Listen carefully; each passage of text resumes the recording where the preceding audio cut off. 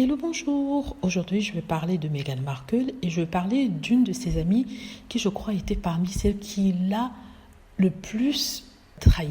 On parle souvent, oui, de trahison de famille de Meghan en parlant de ses frères et de ses sœurs et de son père, le père étant la plus grosse trahison. Mais en ce qui concerne les demi-frères, ils n'étaient même pas proches de toute façon. Mais il y a une autre personne qui a vraiment contribué à la montée de haine contre Meghan Markle. Et cette amie, c'est une amie d'enfance qui s'appelle Ninaki Pridi.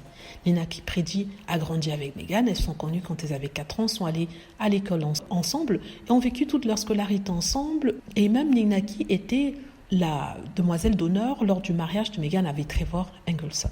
Donc, pourquoi je dis qu'elle a trahi Meghan ? Elle a trahi Meghan parce que c'est elle qui était la première à aller raconter les histoires sur Meghan Markle. Et la plupart de ça sont des histoires même déformées ou carrément des mensonges. Cette personne a été celle qui a parlé du mariage de Meghan avec Trevor Engelson et qui a sorti cette histoire de Meghan qui aura envoyé la bague par la poste, la bague de mariage au moment de son divorce.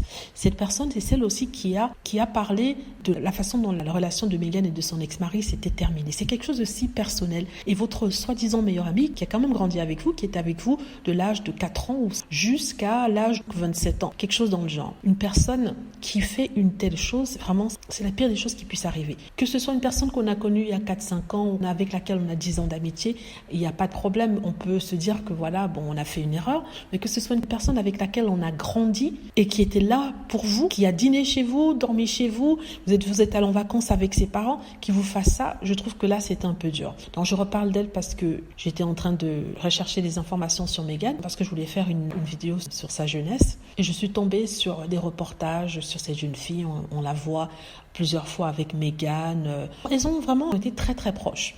Et je ne comprends pas comment on peut partir d'être proche au point de la détester, à haïr l'autre personne. Parce que pour dire ce qu'on a dit, pour faire ce qu'on a fait, c'est-à-dire donner les informations, donner les photos, il faut vraiment qu'elle n'aime plus Meghan. Parce que même votre ami d'enfance, même si après ça ne marche pas entre vous, vous vous brouillez pour une raison ou pour une autre, on a quand même une sorte d'amour encore pour l'ami qu'on a eu. Un peu de respect, quelque chose qui nous dit, tu sais quoi, je vais quand même la protéger, je ne vais pas la vendre au plus offrant.